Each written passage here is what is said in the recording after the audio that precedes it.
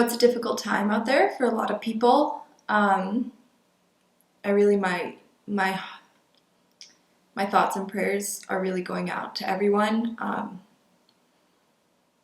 I can't imagine if anyone's been losing jobs or losing income, or at the very worst, if you've had a loved one that's been affected or even died from this condition. I am just so sorry that this is what's happening right now. I strongly encourage everyone to maintain their social distancing so they can do their part to prevent the spread of this disease. What I'd like to talk to you about today is I'd like to share some ideas of how to prepare. And I just really want to make a video that can hopefully help people just have some ideas of what food to buy when they're trying to go to the store and prepare for whatever is happening. I know a lot of stores are struggling with being sold out of foods, and I know what the situation is like here, but I know people might be watching this from all over the world, and I know in different countries the situation is better or worse. So the advice is mostly going to be based about what I've been able to find here, what I see going on in Phoenix, and what the situation I found. I also know that I am speaking from an incredible place of privilege because our family can easily go out and buy several weeks of high quality food, and we have that ability with our budget. I know this is not the case for most families. I'd like to be able to help with that, so I actually will be sponsoring a delivery box of grass-fed free-range meat from Corner Post Meats. So if you are in need of some food, I will be sponsoring that box. You can put your name in a drawing, and I will pick one family that I'll be sending the box to. I have to be obviously in the US, and they're shipping in a specific area, so it's more sort of the Western United States, but it's a brand that I really like to support, and I know they have food right now. That's one thing that I'd like to do to help. So we'll just get into the meat of this video, which is really talking about, okay, I might be stuck at home for 2 weeks. What do I go buy? What do I do at the store? The first thing you need to do is you need to have a plan. So if you just go to the store and you just are gonna get whatever, if you haven't planned ahead, if you haven't thought through, okay, how many meals do we need? How much does that actually turn into in quantity of food? You are not gonna do as well as you could. You're not gonna be as well prepared. I will fully admit that I failed in this regard too. I didn't really plan ahead. I had a mental plan, but I could have been much more precise in my planning, and there's definitely things I should have gotten more of. Also, we clearly don't want to be in a situation where we are hoarding food. So I would definitely encourage you, just buy what you need. I would say I'm kind of looking at 2 weeks. Some people maybe you might consider looking at more like 4 weeks. But I think 2 weeks is pretty reasonable. If that's just looking at, if you need to be quarantined, it's a 2-week period, and then have some like bare necessities that could extend you out to 4 weeks. I was thinking about 2 weeks. That seemed reasonable at the time. This is changing so much. I don't know. Do what you will with that information, but that's how I made my calculation. And I think another thing you can do, which is something I sort of veered towards, if you can afford to buy the more expensive items or the more expensive version of those items, buy those so that the cheaper, just the less expensive things are available for the people that's really all they can afford. I think that is one way we can help with the supply system. So even if it's not something you typically buy, even if you typically buy the generic brand or or whatever is cheaper, if just really think about if you can afford to have a grocery bill that is more, buy those more expensive items so that there is stock available to the people that can't afford it. From what I saw I went to a few different stores, which obviously I was trying to minimize my exposure. I did my shopping on Friday during the day, and I know most people, I'm very fortunate that I have freedom in my schedule. I have a car that I can easily drive to the store. I can go to multiple stores if that's what I need to do to find the food I'm looking for. I realize that's not the case for everybody. Two services which could be helpful in that situation. One is Thrive Market, which they are somewhat low on stock and their shipping is taking longer than normal, but they do have some things online that you can order. And another is Corner Post Meats, which I mentioned earlier. I know they have plenty of meat and their shipping is going as planned. So if your store is out of meat, please consider checking out Corner Post Meats. All their meats are high quality, pasture raised, grass fed, all the things, and that is an option. So that was a lot of intro, but let's get into the meat of what are things I think you should be thinking about buying. The primary thing is rice and beans to have on hand for just a nutritionally dense food source. Fortunately, with the coronavirus outbreak, if you're fortunate enough to have a decently sized fridge and freezer, it's not quite the same as a natural disaster scenario where you have to be concerned about the power going out and so everything needs to be shelf stable. I think it is wise to have some shelf stable things on hand like rice and beans, but having a freezer full of meat like that, that's my first recommendation. I don't have my meat out because I want it to stay nice and cold in the freezer, but get your freezer full of good nutrient dense meat, seafood. That's the primary things, meat and seafood if you can, because that can keep you going for a while. You can really get a lot of nutrition, and as long as it's frozen, it's good. So I think that's a great place to start. Rice and beans, I know things were sort of selling out. I think finding some different varieties, like brown rice was totally sold out. White rice really is fine if that's what you can get your hands on. I'll make sure it's properly prepared. So you want to soak it overnight. Same with the beans. If you can cook it, if you have some sort of pressure cooker to cook them, that's a great way to make beans. I have some lentils as well. So these are actually low oxalate because that complies with my dietary needs. So a lot of things too, I have their lower oxalate things. So there's also other things you can use, but I really like mung beans.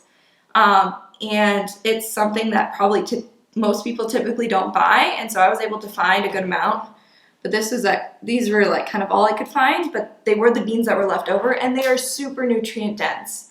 And so when you're thinking about this pandemic and you're trying to buy food, you want to be focusing on getting the nutrient dense food that's going to support your immune system and keep you healthy. Or if you're stuck at home because you're sick, you want foods you want to be eating good nutrient dense food. You don't want to be surviving off of just pasta and sauce from, as long as you're sick, because that's not going to help your immune system.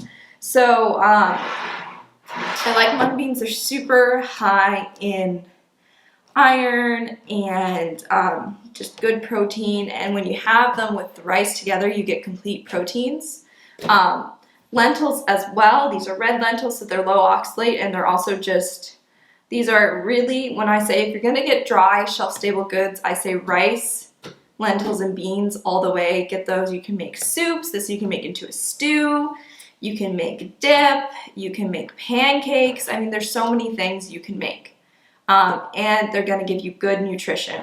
So starting there, another thing I'm going to show you, I'm going to make a video either later in this video or in a separate video, depending on how long things get, but cabbages last a long time, and I'm actually going to show you how to make your own sauerkraut super easily. And it'll take like 2 weeks before it's ready, but it's good if you could access these foods now, buy now, make a whole thing of sauerkraut. If worse comes to worse and there's no fresh produce available, 2 weeks to a month from now, which I'm not expecting, but you'll at least have it stored and ready, and you'll be able to get some enzymes and some probiotic gut and immune supporting nutrients from that sauerkraut. So I think that's great. Another thing people I think overlook, when I was at the store there, unfortunately it's not the season for gourds and squash and pumpkins and such, but these are an amazing long storage food option. And if you have an oven, you just cut it in half, scoop it out. It's really easy to cook in the oven. And you can buy a bunch of these. They had a lot at the store. Potatoes were all sold out, but they had plenty of squash and spaghetti squash and this is acorn squash, and these are all squash, but they didn't have any pumpkins because it's not the season. But I think that would be a great thing to buy, because these will literally last for months, and they'll still be fresh. You'll be able to get some phytonutrients from their color, so it's just something you can keep on hand to have some fresh vegetables. And I think it'd be a better option than like a pasta or a frozen pizza, all the things that were sold out. So yeah, that's what I would recommend there, not to neglect those. Onions too. Onions are a great long-lasting food. If you're careful about how you store them, they don't need to be stored in the fridge, and they can last forever if they're stored properly. Another thing, I got some watermelon, because they had those at the store, and you don't, I think watermelons tend to last a long time, and I can store them out. They don't need to be in the fridge, because my fridge was getting very full, so I was looking for some fruits that would last a long time. Another thing, don't forget to stock up on things like butter for cooking and just having good quality fats. That's also going to be supportive of your immune system. Olive oil, and I have some apple cider vinegar, but just all the things that you need to make your dressings, to cook your food. Just be sure to stock up, because even if you have, these rice and beans, they won't be very good if you don't have any oils to put with them. So that's just something to remember to stock up on. Another thing, something I got, so we get our milk, I pick it up from the farm, because we drink raw milk. You can also buy it at the stores here, but hopefully I don't see an issue with that supply, most likely, because I'm assuming their farm stand will stay open. But I did get 2 of these just for my son, just to have. This is like a shelf-stable goat milk. And this is good until December next year, but I just don't want to run out of any milk for my son, or for him, because I don't want to run out of milk. So I have this so that we can't run out of milk, and that's just something extra I bought to have just in case. And I got goat milk because I like goat milk. If I'm getting a pasteurized milk, I'll get a goat milk because it's easier to digest than cow's milk. In terms of what to actually cook, a big thing is to just stick. Oh yeah, I also, if you have herbs, the ability to grow herbs. Of course, I had a little herb garden going on my patio that I've totally let die. But don't do that. So don't let your herbs die if you already have them growing. Or I bought, this was one that they had still that I bought, so I have some fresh rosemary. If there's anything you can just grow from home, even if it's a small rosemary or basil plant, if you are in a situation where you're running low on fresh food, then you at least have a little bit you can add on top as a little garnish, so having a little bit of those fresh nutrients. Again, what I'm going to be sharing with you all, I made a spreadsheet document that you can use to put in all the food that you have, to really actually take stock of what you have in your home for food.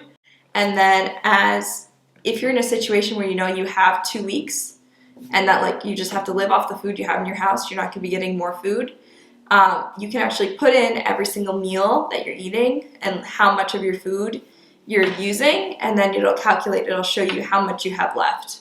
So I think that's a good thing to put into practice if you're actually getting into the situation where you need to be rationing your food, or you just want to make sure that you are using your food in a responsible way, and not using up all of your butter and then but faster than you need to. If you can just be a little more careful so it'll last as long as you need it to last. So I'm giving that as a free giveaway. If you look down below in the description, you just can put in your email and I'll email it to you. So that can be something that can help you. And in that, it's gonna have a list of all the foods I've purchased to stock my pantry. And obviously, I would not say that I've prepared perfectly at all. I still, it's very interesting. Like what concerns me the most is just running out of food, which I think is a very normal human emotion. But even after we had bought a bunch of food, I just kept wanting to go back to the grocery store to buy more.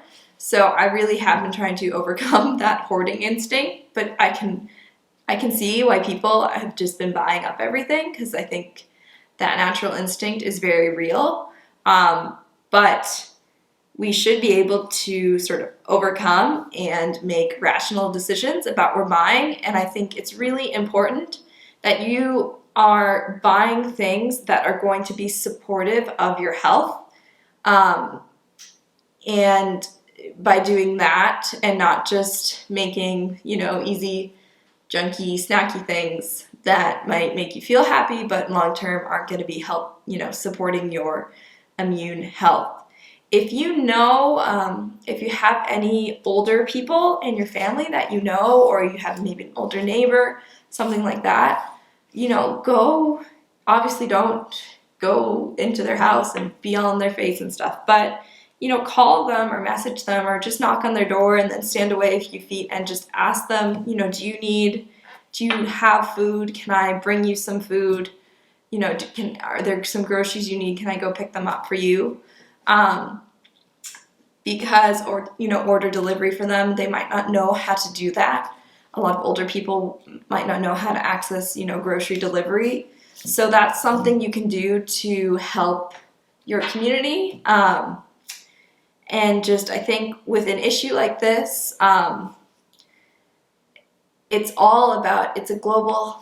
a public health crisis. I know people my age, people our age, the younger generation, generally healthy people, we're not really at risk from this disease, but our health system and the health of the vulnerable in our society really are. And so it is our responsibility to care for our society and listen to the warnings that are being given and take, the measures that we can take to do our best to slow down the spread and help our society. So I think I'm really thankful for the internet and that we can there's lots of ways people can connect. So just I'd like to make this, a bit of a platform if you want to talk about, sort of how things are where you are. Can you or can you not access food? What's going on? Please post that in the comments below. I would love to read it and just hear what you're struggling with. And again, I will be putting in that form to give for that giveaway of a meat box, a small meat box from Corner Post Meats to a family that might be in need, and that's in their delivery area. So that's just something I want to do. It's here. If you're not yet taking this seriously, we need to be. We need to be taking this seriously. Do the best that you can prepare. Purchase the healthiest food that you can access for your family, and use this time most people now, most people have a little more free time and they have more time at home. So it's a great opportunity to take the care to prepare food more slowly, more traditionally, and in ways that will make it more nutrient dense. I think this is a wonderful opportunity for that. And just an update on my business. I'm still accepting new clients and recurring visits from clients. I've just moved my business for the time being to Zoom, to an online meeting platform. Your general health can always be improved by getting your organ systems into balance, and that is the primary goal of nutritional therapy. So I think this really is a wonderful time to focus more on your nutrition and on your health. And I'll be trying to share a lot of free resources to help. I'll be posting on my Instagram. If you want to check out my Instagram, I'm going to daily sort of be posting, recipes, kind of quick peeks into what I'm preparing and just how things are going. But I think this is a great time as a community. We can come together and really connect and support each other and encourage each other in this difficult time with a lot of uncertainty. I really hope you enjoyed this video. I really hope you're doing well and that your families are doing well and that you have food in your home. Please share this video with your friends, with your family, with anyone that is just maybe confused about what to buy or just doesn't know how to prepare. So share this video so we can help get the word out. I'll be making more videos throughout the week. Thank you again for watching. I'm Alexandra Radway, a functional nutritional therapy practitioner, and I make weekly videos talking about ancestral nutrition, low oxalate diet, and just keeping healthy, happy families. So I really, from the bottom of my heart, my prayers are going out to everyone out there who's having a hard time right now, and just please stay at home if you're healthy. Do your best to stay at home. Get what you need for your family, only what you need, and then stay at home. Thank you. Bye-bye.